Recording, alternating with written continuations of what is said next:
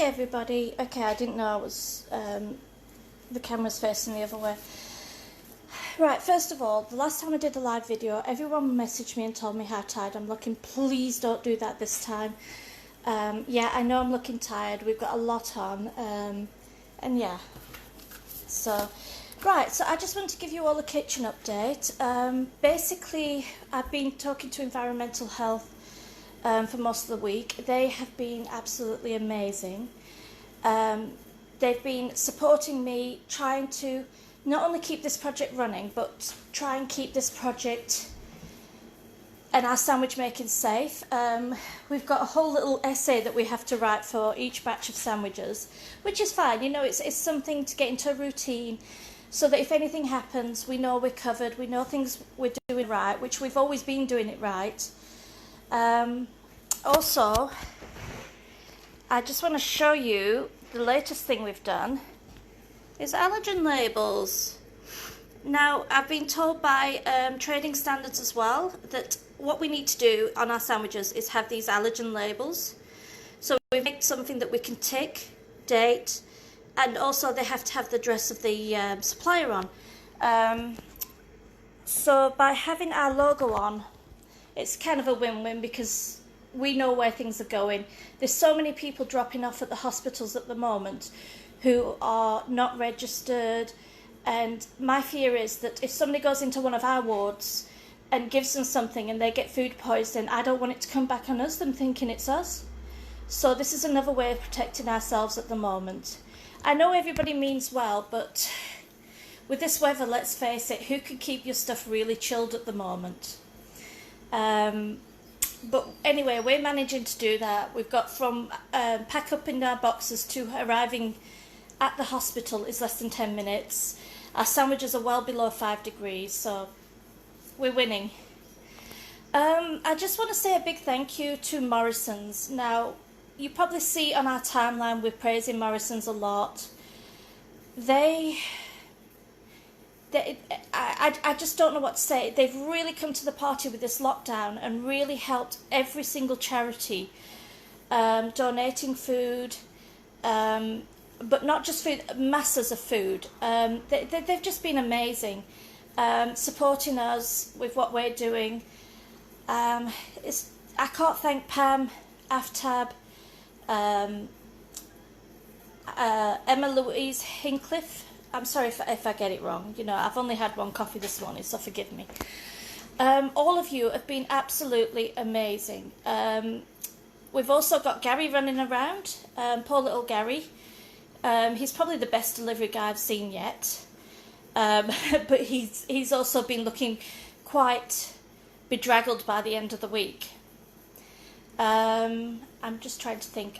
I should have made a list, but you know, everybody knows me. I'm rubbish at live videos and I'm rubbish at lists. Aldi's been supporting us as per usual, which is amazing. We have somebody new a new company coming online next week to support us, but I'm not going to say anything yet until everything's arranged. But it could be a biggie. So, what else can I say? Yeah, so we're all kind of out there doing our thing. But most of all, what I really want to talk about today is something that's a little raw to me.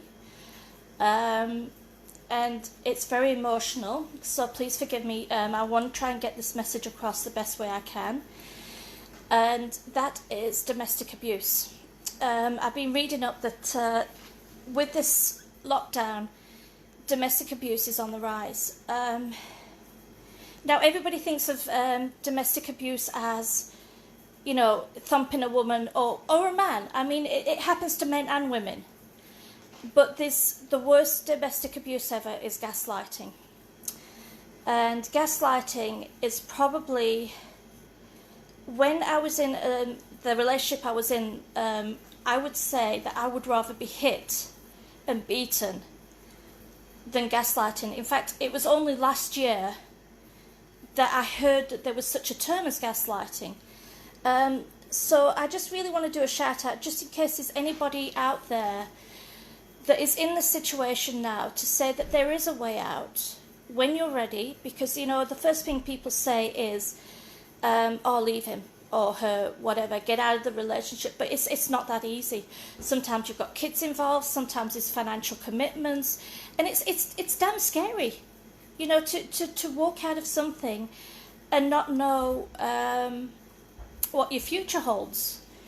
I'm fortunate I got away. It wasn't easy. It was restraining orders. It was sleepless nights.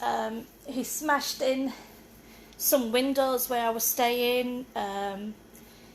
Yeah, it was scary when I got away, but I did it, and I got away from him.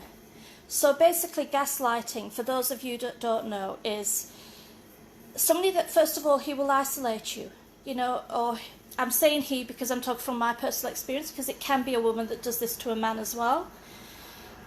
You get isolated, cut off contact with your family, cut off contact with all people around you, and then they start with the psychological torture, and I can tell you right now, it is hell.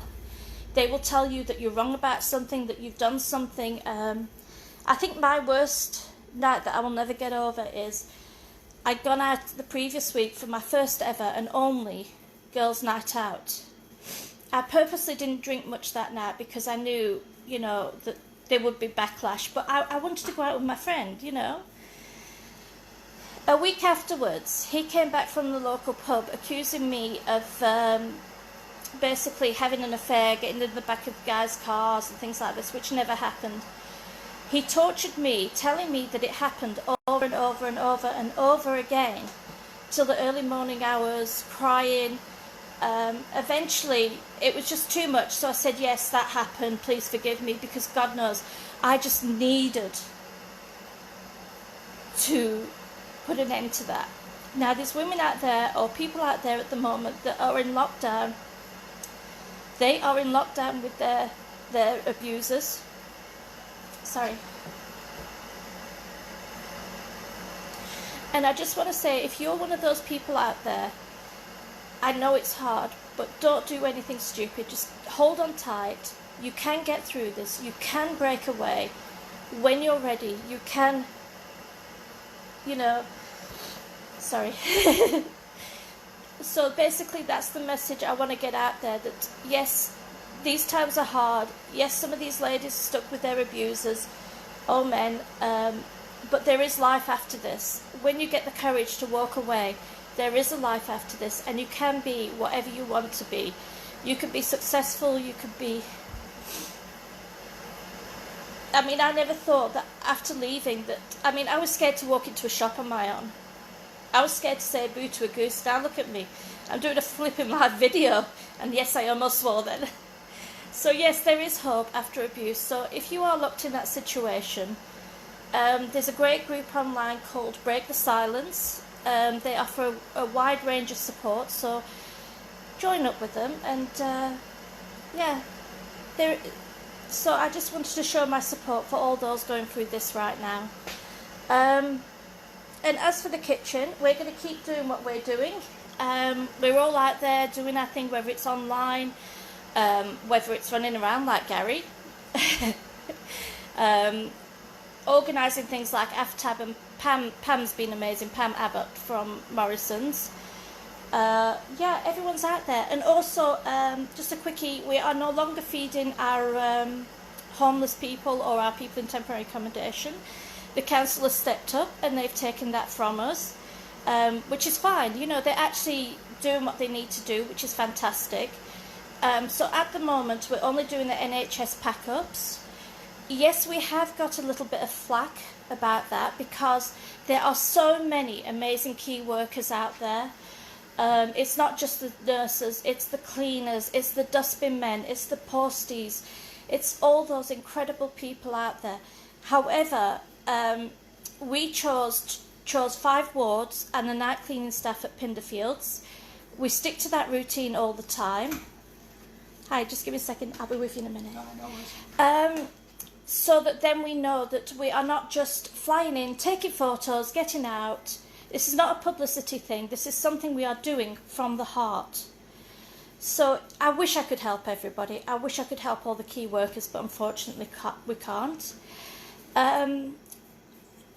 the ladies are waiting to get in here to start making sandwiches, so I'm going to have to make this quick now. So yeah, I want to thank Kindness. Everybody here has been amazing at the kitchen. They have kept us with sandwich stuff as well, finding little goodies for NHS, boxes and snacks, and thank you to Adam. He's doing a lot at the moment. I barely see him anymore, which is good because I tell you, I just cannot make any more dirty sandwiches. And yes, he has a dirty sandwich which is peanut butter and tuna on the same bread. I kid you not, it's just disgusting. So fortunately he's out and about doing his thing, he's all over the place. But yeah, Adam, thank you so much for giving me this opportunity to utilise your kitchen, to do what we're doing, because there's no way I could have carried off this project without the support of you and all your volunteers and your staff. Sarah, Laura Blant, so many people helping at the moment, it's incredible. And on that note, I'm going to love and leave you, everybody, and stay safe. And like I said, spare a thought for those people that are now in lockdown with people that are probably torturing them mentally. Yeah, stay safe, everybody. Bye.